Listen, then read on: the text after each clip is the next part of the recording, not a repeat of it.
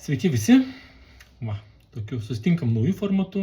Visada galvojau padaryti kažkokį video formatų įrašą, net minčių buvo podcastą su kolegam iš viešojo sektoriaus padaryti, paanalizuoti, kas vyksta, patirtis didelė.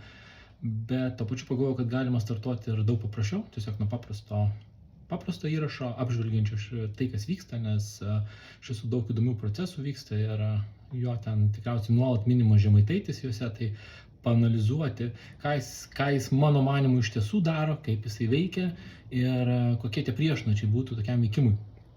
Tai galvoju, pradėsiu tikriausiai nuo Žemaitaičio ir pradėsiu, jo ir pabaigsiu. Tai ši laida bus skirta jam, jo analizai ir linkiu pasiklausyti. Jeigu kažkokių turėsit klausimų, kažkas ten bus, nežinau, neaišku, arba kitų minčių, gali tikrai parašyti, pakomentuoti, įdomu, pamėginsiu atsakyti. Tikrai tema įdomi, nauja yra tai, kas vyksta. Taigi, važiuojam. Taigi iš to pats Žemaitaičio principas, iš tiesų, ko mes nesame matę politikoje, arba tai retai yra matoma, tai užtikrintumas. Jisai veikia užtikrintai. O veikia jis užtikrintai dėl to, nes jisai, ne tai, kad jis žino dalykus, ne, jis ten daugybės dalykų nežino, bet jisai žino, kad oponentai to nežino. Ir va tada tu gali visai kitaip veikti, tu gali veikti žymiai nagliau, žymiai drąsiau. Ir tai yra iš esminis elementas daugelį vietų, tai yra kaip čia drąsa, naglumas, užtikrintumas, nes daugelį vietų pradaro duris ten, kur kitur visi kiti atsimuša. Tai iš esmės tai ir yra, pavyzdžiui, kai žurnalistai skambina ten kažkiem politikam, tai ko žurnalistai tikisi? Tikisi, kad pasimesti, ten neatsakys, nežinau, čia turiu pasikonsultuoti, ten kažką dar, tai yra tai, kas, kur tu jau gali eiti toliau, ta prasme, matant tą kažkokį pasimetimą. Ir priešingai, ko jie bijo, tai jie bijo užtikrintumo. Kai ateini ir tau kažkas kitoj pusėje, tiesiog labai užtikrintai varo. Taip, kad tu pamatai, kad čia gal ir nebus kažkokia ta tema įdomi, arba tu jas visai kitaip pilnai čia pristatytų, čia taip nesigaus. Ne? Tai čia toks bendrai tas užtikrintumas yra vienas iš esminių elementų ir jo mūsų politikoje yra labai nedaug, nes patys politikai turi ten kažkokį, tarkim, savo temą, ten kažkiek gaudosi, bet irgi taip sąlyginai gana sekliai, o kitur iš viso nesupranta, o Žemaitaitis veikia žymiai plačiau. Ir tą, ką jis ir sako, jis pats sako, prasme, aš šneku, ką aš galvoju, nes jeigu tu pradedi skaičiuoti, ką tu turi sakyti, kai tu skaičiuoji, tu sudvėjoji ir viskas. Ir šitą strategiją pradeda nebeveikti. Ir iš esmės pastatyta ant to, kad tiesiog negalvoju. Ir matom, visai sėkmingai veikia. Ir tai, kad aš norėsiu girti Žemaitaitį, tiesiog oponentus reikia gerbti, jas reikia, ta prasme, kartais geriau jas nupaišyti, negu yra, bet tai žymiai geriau negu nupaišyti blogiau, negu yra ir po to kažkur prasileisti. Tai tą patį matom ir diskusijose. Žemaitaitis veda tą priešininką kažkur, kol jis pasimeta. Jis tada pradeda ginčytis ten su Žemaitaičiu, kažką ten įrodinėti, bet Žemaitaitis tada, jeigu mato, kad kažkas ne taip, jis turi ten tokių kozirių visą laiką kišenėje pasisikišęs. Pavyzdžiui, ten kažkur kažkas ne taip nuėjo, o tai Žemės ūkio ministerijoje, ten mes tą žirgyno klausimų, ten kur baisiai korupcija, ten kažką išsprendėm, sutvarkėm. Ką žinot, tas oponentas, ten klausosi, jis nežino, išsprendė, net ten kažkur kažkas skaitė, iš tiesų buvo ten kažkokios to žirgynų problemos. Ir tokių tu turi tų kozeriukų ir tu, jeigu ten kažkas ne taip, tu juos visi išmeti. Ir tada oponentui tau reikia vienintelio, kad jis pasimestų. Kaip kad matėm 16 metais Karbauskio ir Landsbergio diskusiją. Ten laimėjo Karbauskis, nes pasimetė kitą pusę, tiesiog negalėjo patikėti, kad oponentas taip gali elgtis. O taisyklės tokios, kad jų čia nėra, tai reikia tą suprasti iš to viso vietoj. Ir dabar, kas dar, Žemaitaitis iš kur jis tų kozirių gauna? Buvimas vyriausybei jam jų duoda. Tai yra informacija. Informacija apie tai, kas vyksta, kur kas vyksta. Ir jisai tiesiog iš esmės tos renkasi dalykus, kuriuos ten kultūros ministerija, kodėl jis prašo, kad ten viskas siūs. Jam reikia tos informacijos, nes vėliau jis ją galės panaudoti. Panaudoti tikslingai, žinant, kur ten pamėtyti, vėl kažkur kažkas nenueis, išmės kozirį ten apie tos archyvus, dar kažką. Okei, taip galima elgtis ir taip net reiktų elgtis iš tiesų, jeigu taip žiūri kažką toliau. Ir dar yra vienas niuansas. Ko visi politikai bijo? Baisiausiai bijo, tai jie bijo kažkokio piketo ir mitingo prieš ten savo ministeriją, prieš ten savo biurą ar dar kažkur. Atrodo, čia viskas, čia maks blogai, ten traktoriai atvažiuoja, visi pasimetė.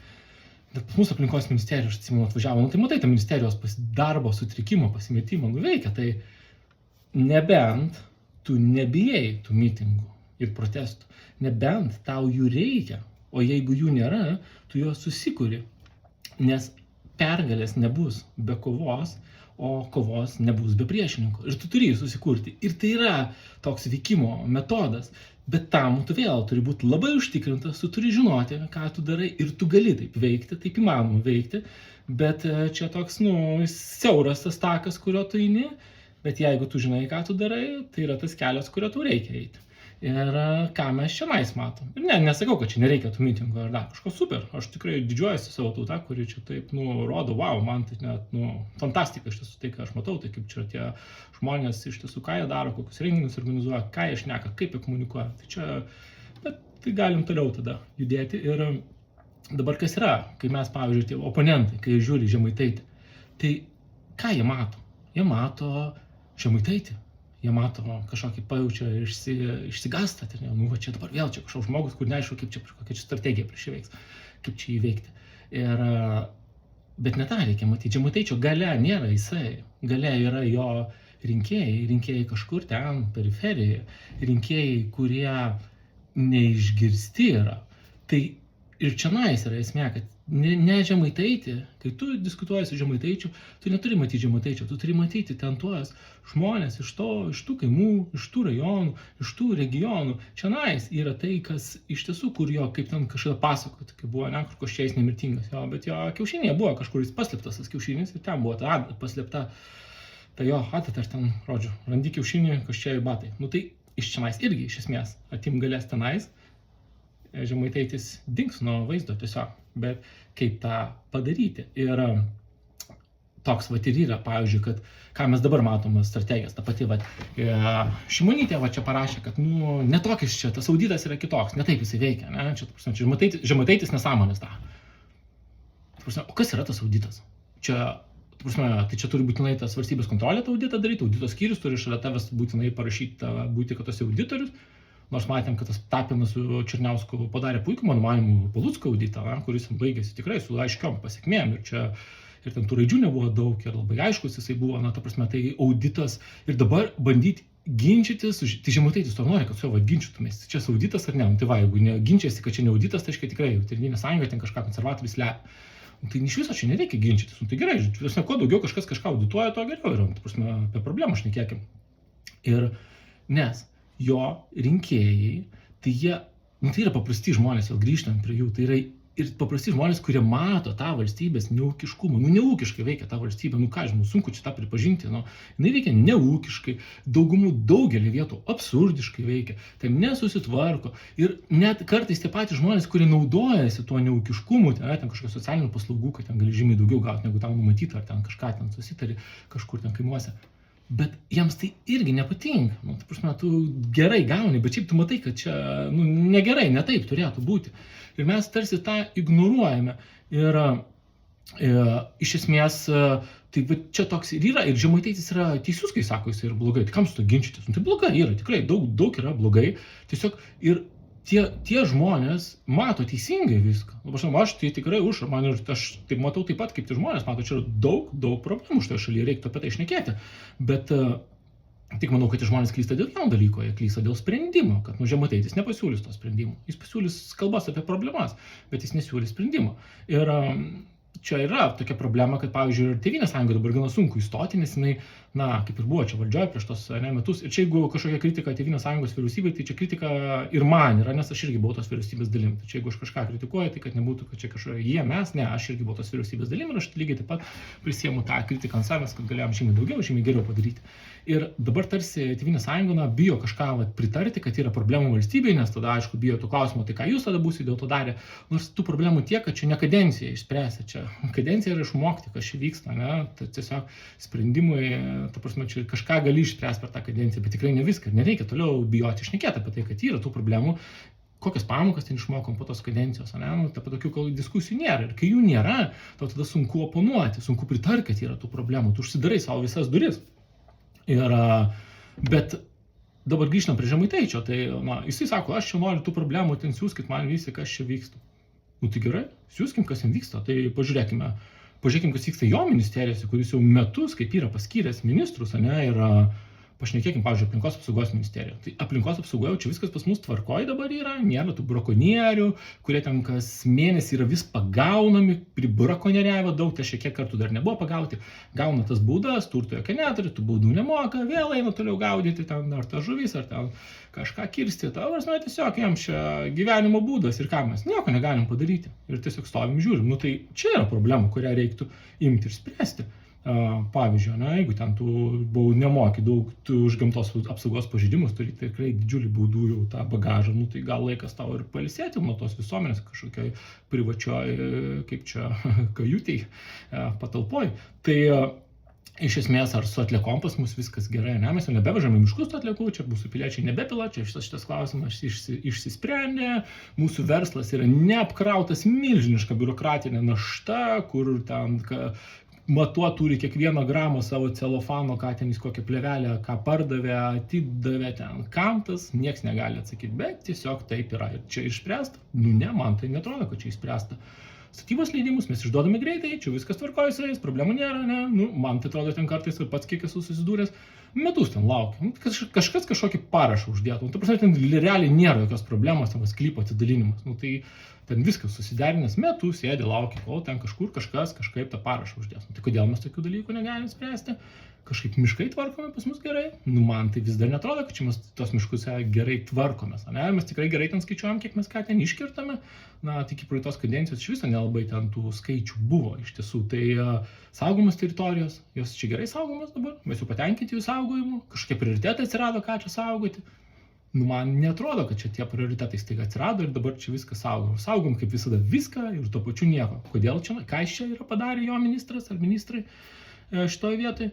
Poveikia aplinkai vertinimas, tai čia mes dabar jau galim didžiuoti iš to proceso, ar visgi dar turim daugybę protestų ir daugybę situacijų, kuriuose, iš tiesų žmonės yra nepatenkinti. Taip, nes kai matai, kaip tas procesas vyksta, tai aš pilnai suprantu tų žmonės, negaliu aš ten prieš juos kažką ten irgi pasakyti, kad jie klysta.